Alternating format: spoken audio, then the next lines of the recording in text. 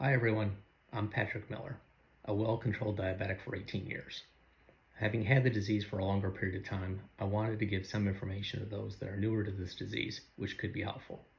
This is the Diabetic channel, where we provide useful information for diabetes. Like and subscribe to receive notification when we post new videos. I wanted to talk today about nutrition with regards to exercise, especially for diabetics. To start out, let's back up and talk a little about the human body. While the body is doing high intensity workout, the body will divert blood flow from the digestive tract towards the muscles to help carry oxygen. Assume that someone is going to work out for 4 hours, and let's assume that this workout is going to be high intensity. The body needs energy for the muscles to work, and the first spot that the body will look for this energy is within the muscles. In science, stored glucose or sugar is called glycogen.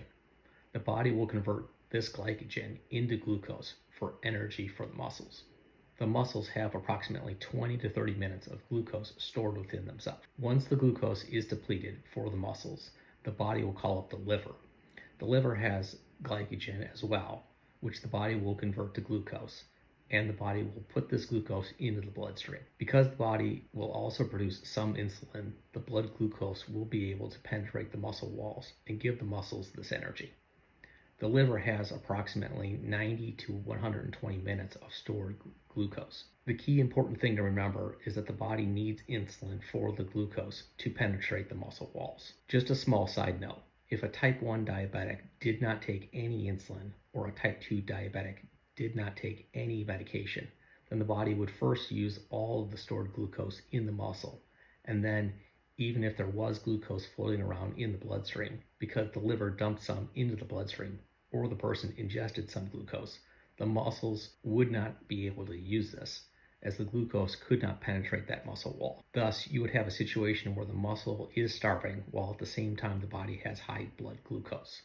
Ultimately, the muscles are not going to work properly as they lack the nutrition to do so. Going back to our main example, once the body uses all of the glucose in the muscles and liver, the body will break down fat to use as energy. Now, the body is not that great at breaking down fat for energy, and it requires oxygen for the body to do this, which, given the example that the person is exercising, you can see that this is not ideal. In addition, even in the healthy body, at this point, the body is out of glucose, and so a healthy individual can have low blood sugar at this point. If you've ever watched or ran a marathon, this is called hitting the wall, and it feels like you just ran into a brick wall with your body, and most people in general attempt to avoid hitting the wall. Now let's talk about a diabetic. I will describe two scenarios and how I've handled them and why.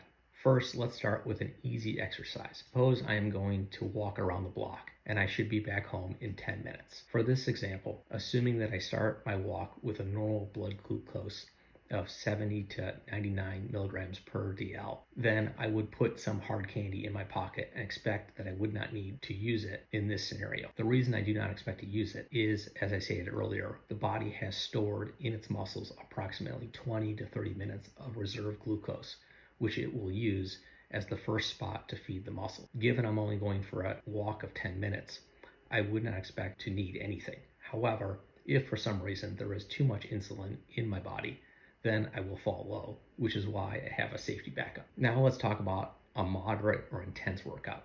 Suppose I was going to go on a walk in a national park for an hour or run a marathon for 4 hours. Roughly the same plan would exist. I would elevate my blood glucose to between 150 to 200 milligrams per DL before I started, and I would give myself half the insulin I would need for the meal. This said, you should speak to your healthcare provider about this plan. I need to have enough insulin in my body so that the glucose can get through the muscle wall, but at the same time, trying not to give myself too much insulin whereby I'm bouncing low. Additionally, I would also carry food with me. Now the question is, what kind of food are we going to bring with us? As I need, one, a simple sugar, as my body pulls away blood from the digestive tract during a high intense workout. A complex carbohydrate is unlikely to be digested and rather just sit in the stomach until the workout is complete. Two, I need something I can carry. And three, I need something that I can enter my bloodstream fairly fast. My go-to product in this scenario is an energy gel. There are multiple flavors and companies that make an energy gel, and some of the companies are GU, Cliff, Edge, and Honey String. The products have a taste of frosting, hold about 15 grams of carbs per packet, and weigh just 1 ounce. The goal for me is to never have my liver start to dump glucose into my bloodstream. Thus, I need 1 packet of energy gel per 25 minutes of workout, as 25 minutes is the midpoint between 20 and 30 minutes. And I'm targeting to keep my blood sugars at around 125 milligrams per DL. The energy gel takes about 10 to 15 minutes to digest. So if my muscles have 20 to 30 minutes of stored energy and the gel takes 10 to 15 minutes to enter the bloodstream, you can see my blood sugar should drop from the 150 to 200 milligrams per DL range when I start it. Given I have a range of glucose in my muscles of 20 to 30 minutes and a range of the length of time the energy gel takes to be digested, I could, at best case, deplete 5 minutes of extra glucose floating in my bloodstream, and at worst case, use 20 minutes of glucose, which would pull my blood glucose down, but not pull me too low.